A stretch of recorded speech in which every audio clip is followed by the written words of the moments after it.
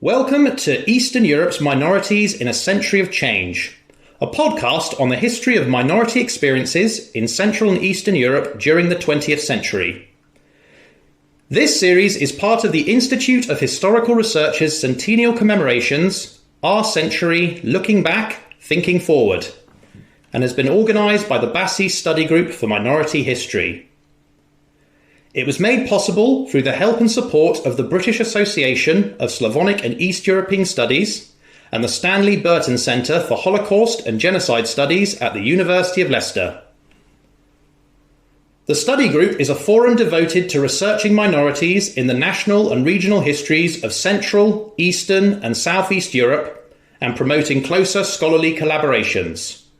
For more information, please visit our website at studygroupforminorityhistory.com. On this episode, Professor Molly Greene at Princeton University talks to us about minorities in the Ottoman Empire's classical period. Molly, welcome to the podcast. Can you start by telling us a little about yourself and how you became interested in this particular area of history? Thanks very much for having me. It's a pleasure to speak to you. A lot of it was really quite accidental. I went to Greece as an undergraduate, and like many, actually probably millions of people before me, fell in love with the physical beauty of the country. But unlike most people, I was never interested in the classical past, but in the modern period. So after university, I lived in Greece for 4 years.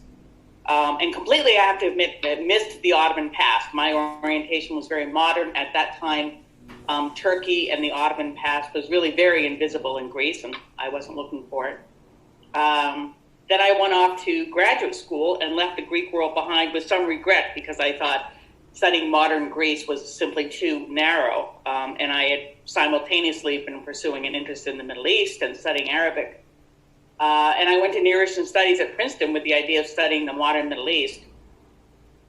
And a couple of things happened. First, it turned out that there was an outstanding program in Hellenic Studies at Princeton, which I didn't even know about. And the director of the program, which had just gotten started, Dimitri Gondikas, I remember he said to me, he, a Greek, was the first person who said to me, "You have to study Turkish." And I said, "Why would I study Turkish?" And he said, "Because there's this whole Greco-Turkish world out there that people aren't working on."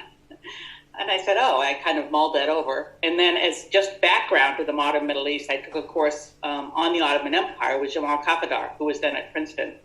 And a light bulb went off that I could study this, the Greek world within a larger context than the nation state of Greece, within the context of this vast and long-lasting empire.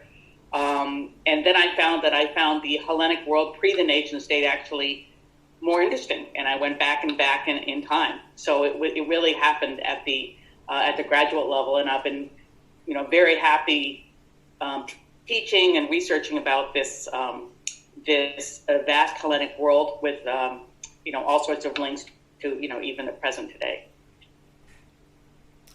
For the benefit of our listeners, what was the Ottoman Empire, and why has it been described as having no minorities before 1800? Yeah, well, the Ottoman Empire, I would say, had no minorities before the 19th century because it was an empire. Empires are generally described, and I subscribe to this, as polities that are expansionist, and as they expand, they maintain distinction and hierarchy every time they incorporate new communities. Throughout history, most people have lived in political units that did not pretend to govern a single people, and that certainly accurately describes the Ottoman Empire. Nation states, by contrast, are based on the idea of a single people in a single territory as a unique political community. The nation state proclaims the commonality of its people, while the concept of empire presumes that different people within the polity will be governed differently. And this patchwork of people explains why there were no minorities in the Ottoman Empire. And why, to bring it to my own work, it's wrong to think of the Greek Orthodox prior to the 19th century as a minority. And another point to bear in mind is that for a minority to exist, there has to be a majority. And there was no majority either.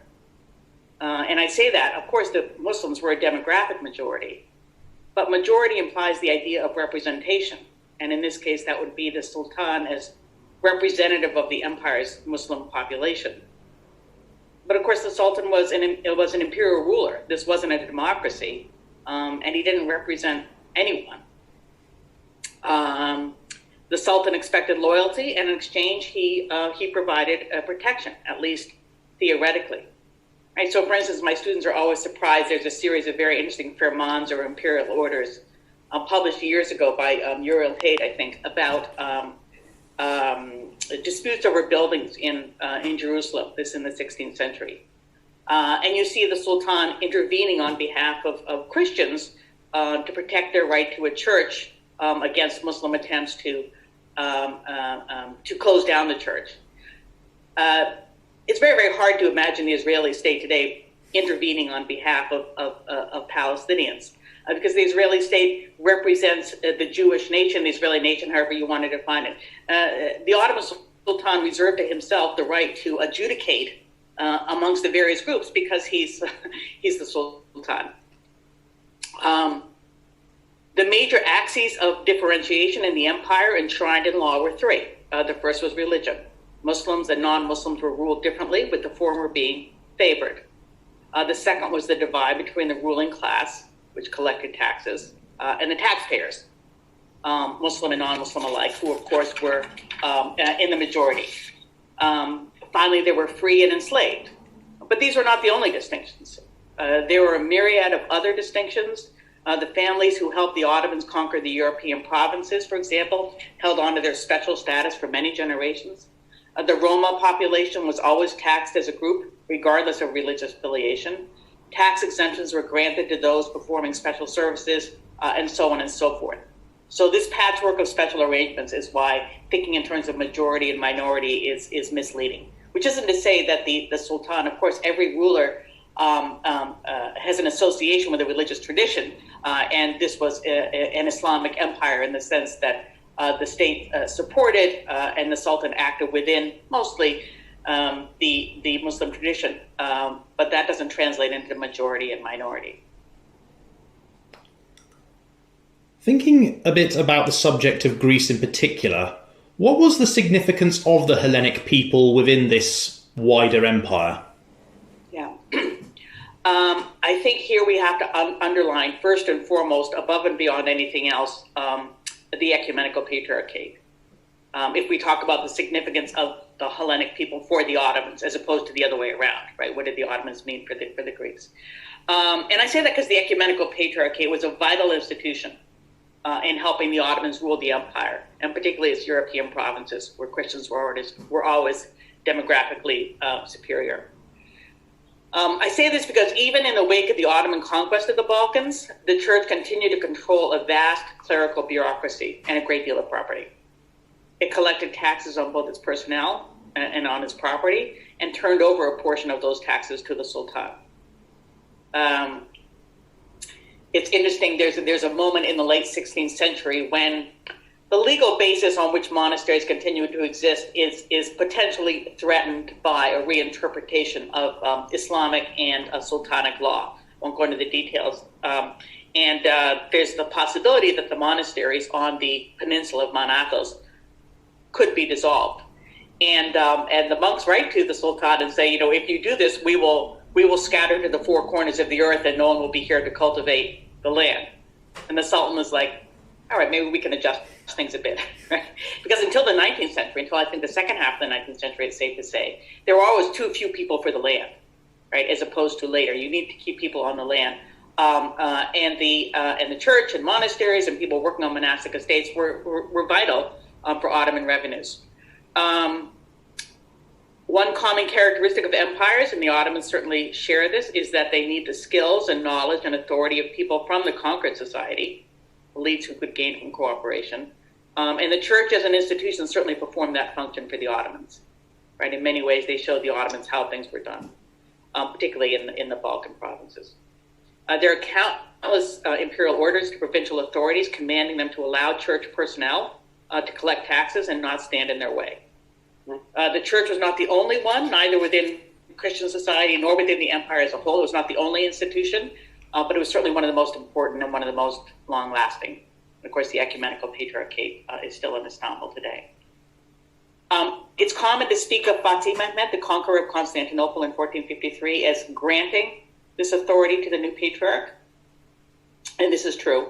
But it's also the case that for many years before 1453, the church, faced with the rapidly shrinking territory of the Byzantine Empire, instituted new policies and engaged in some very adroit diplomacy in order to extend its authority outside and beyond the territory of Byzantium. This was a very significant change, since empire and church had always been seen as synonymous in Byzantium. The church had had to watch during the Byzantine centuries as the Serbs and the Bulgarians established their own patriarchates. Now, several energetic patriarchs in the second half of the 14th century were able to take advantage of the difficulties of the Serbs and the Bulgarians due to the Ottoman advance. For example, the defeat of the Serbs at the Battle of Maritsa in 1371 was not simply a story of the Ottomans and the Serbs. In Constantinople, the patriarch used the defeat to bring the Serbian church back under his jurisdiction. Similarly, in 1393, after the Ottoman capture of Tarnovo in today's Bulgaria, the ecumenical patriarch brought that church, too, back into the fold. An independent Bulgarian church would not be established again until 1870. So by these actions in the 14th century, the ecumenical patriarchate put itself in a position of strength a good half century before the fall of Constantinople.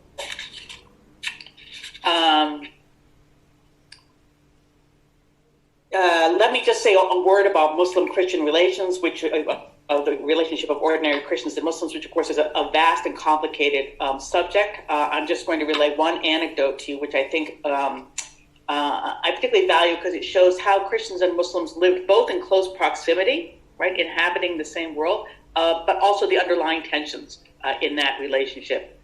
And scholars have pointed out that because religious difference was enshrined ideologically as the most important difference in the empire, social problems, social tensions were always understood in religious terms. So this is an anecdote from a collection of books about neo-martyrs put together by Greek authors in the 18th century about people who died for the faith. I can say more about that if you want, but that's just for background. So this is a story from. So we are at the end of the 17th century. It's August, and a goldsmith named Angelis, he and his friends are celebrating in Istanbul a religious festival connected to the Virgin Mary. The group of celebrants included both Christians and Muslims. This was very, very common in the empire. And the Muslims were recent converts to Islam. Right? And conversion to Islam is not limited to one period. It's going on throughout the centuries, sometimes greater, sometimes lesser. So, carried away by the festivities, the friends, Christians and Muslims, decided to exchange outfits, and Angelis, the Christian, ended up wearing the headgear of a Muslim friend, which was interpreted in the empire as you have now converted, if you put on the headgear. The next day, those very same friends, the Muslims, denounced him to the authorities, saying that since he had put on a turban, he was now a Muslim. So Angelis refused to embrace Islam, therefore he was an apostate, and was executed. So in this tragic story, we see both the easy camaraderie that could exist between Christians and Muslims, in this case because the former had only recently declared their allegiance to a new religion and clearly still had ties to their own life. At the same time, such close proximity was fraught with danger for both.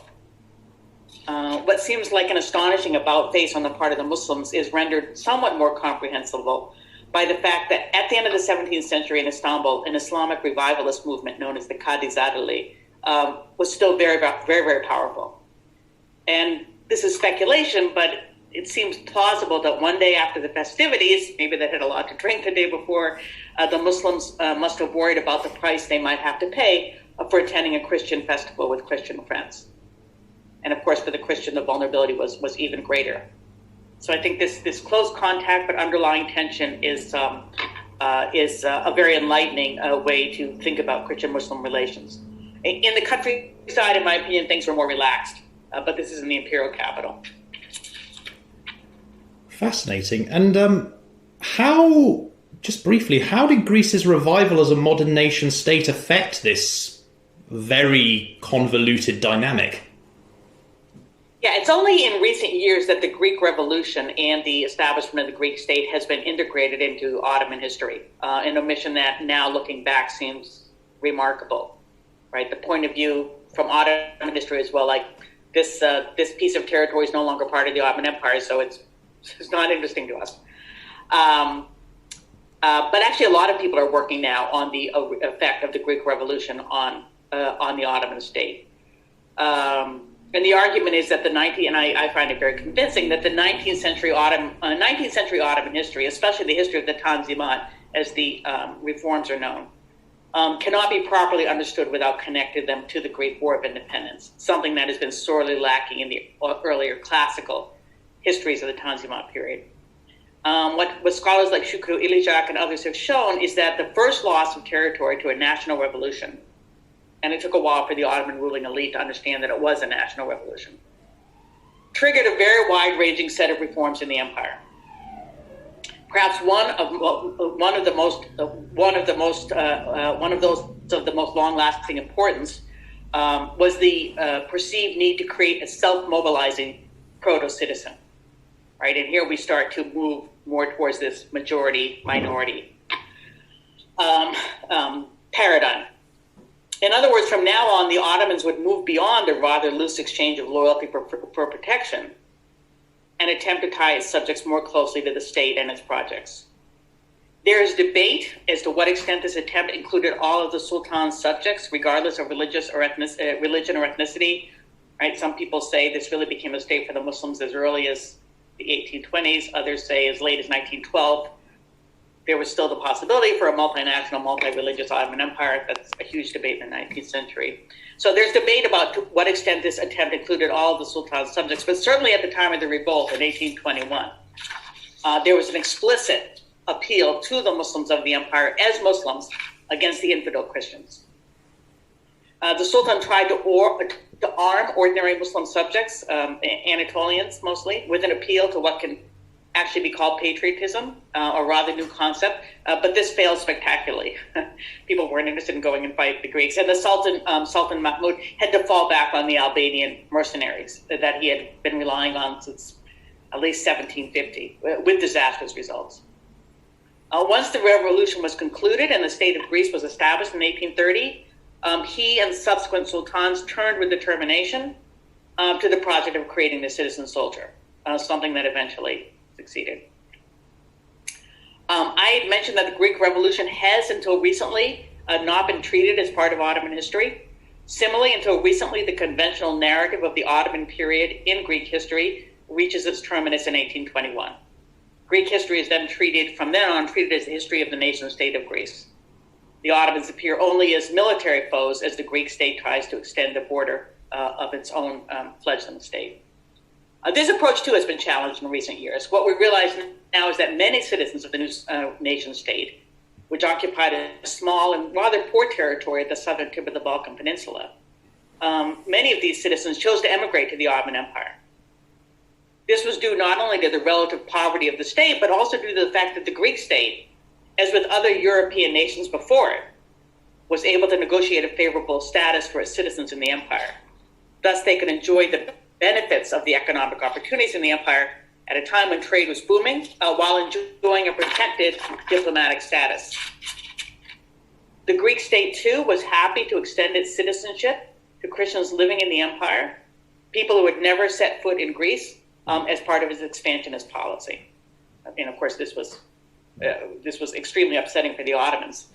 Returning again to the theme of the impact of the Greek Revolution on the Ottoman Empire, the scholar Berke Terunolu has argued that the Ottoman project of developing an Ottoman nationality had its origins not, as is usually seen, in a general imitation of European norms, but rather from the very real problem of estranged subjects. That is, Christian subjects of the Sultan who had taken up Greek or Russian citizenship. In short, Greek and Ottoman history remained very tied up with each other long past the revolution of 1821. In my current project, which is a history of this long-standing trope of Christian flight to the mountains, I was interested to see that after 1821, these migratory patterns to Istanbul, right, as people sort of would spend 6 months out of the year in the imperial capital because you couldn't make a living 12 months out of the year in the mountains, these migratory patterns continued and even intensified. You mentioned a Christian flight to the mountains, as well as issues about subjects being willing to die for their faith. Could you tell us a bit more about this particular episode?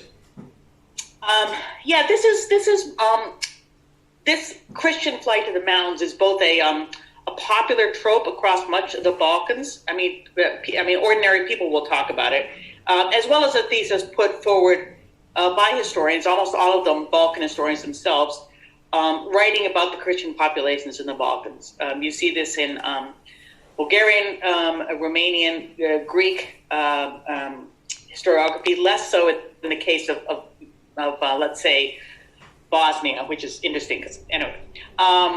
So this argument posits that the early centuries of Ottoman rule brought about a massive displacement of Christian populations from the fertile plains to the mountainous regions, while the conquerors themselves settled in the more fertile lowlands.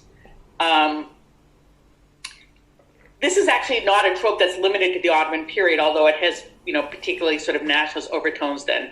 But you can read about similar things about the effect of the Roman conquest of the Balkan world, right? That the Albanians or the Romanians, who are, they are the original peoples who fled to the mountains while the Romans were in the plains. And this is more generally sort of how people think about mountains, right? As places that people flee to, and certainly in the case of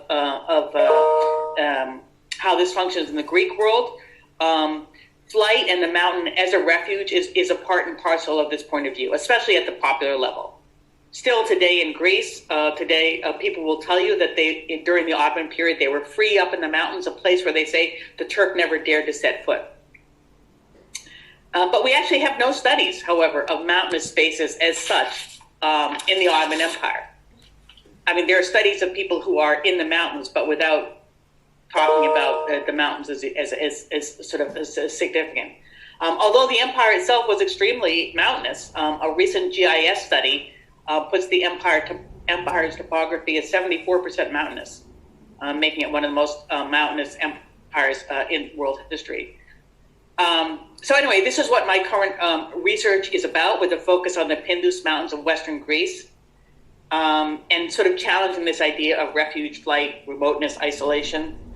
And one thing I'm already certain of, the mountains may have seemed remote, but that does not mean they were not connected to the larger world. I recently published an article on a monastery built in the Pindus in the middle of the 16th century. Of course, this monastery, like all monasteries, presented itself as a retreat from the world. Considering that it was in the mountains, one could say that it was a double retreat from the Muslim population in the plains and from the secular world.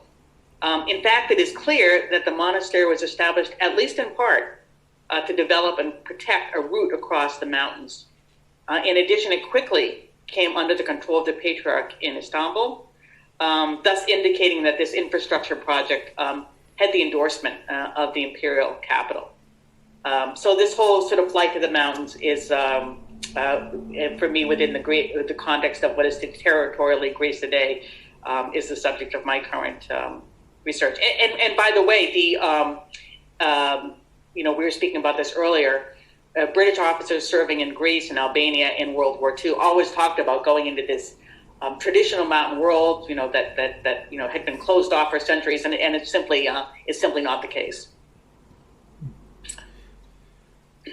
And thinking about this in our current context, and also maybe relating back to your earlier experiences of living and working in Greece and the Republic of Turkey, how is this period of Ottoman rule remembered in modern-day Greece and Turkey, if at all?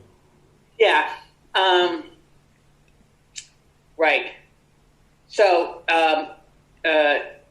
it's difficult to answer for Turkey because there is a large-scale revisionist project going on now in Turkey, and it's sort of emphasis and which parts of the empire, which time period it's emphasizing, is changing so fast. So it's a very so under Erdogan, a sort of certain sacrosanct founding myths of the modern Turkish state, that it was completely divorced from the Ottoman Empire, that the Ottoman Empire, what did somebody say? In the end, all the peoples of the Ottoman Empire rejected the Ottoman Empire, including finally even the Turks. And this is changing, whether it's from Erdogan re-implementing certain ceremonials that the Sultan's engaged in, like sponsoring evening meals during Ramadan, so sort of acting in a sultanic fashion. The use of Ottoman motifs, let's say the Ottoman tulip in subway stops. So there's a general revival of the Ottoman past. I'm not saying it's historically accurate. It's often kitschy, but there's a new positive attitude, at least on the part of the state and some part of the population, towards the Ottoman past, as well as but the period that continues to be most controversial is the teens and the 1920s, and Erdogan is trying to. He can't dislodge Ataturk from the pantheon, but he's trying to somehow make him less anti-Ottoman by revising certain key aspects of his story, that in fact he had more loyalty to the Sultan than we think. So this is what's going on in Turkey. Changes to the iconography of the cemetery at Gallipoli. I could go on and on. In Greece, there's a split. I would say amongst the vast majority of the population. It kind of reminds me of this country. I mean, of the U.S. People have done so much to kind of rewrite the history, let's say, of slavery and of race in the U.S., but the vast majority of the population is completely unswayed by all of this historical work. Some of the things that are some of the textbooks that are written today, they could have been written in 1945.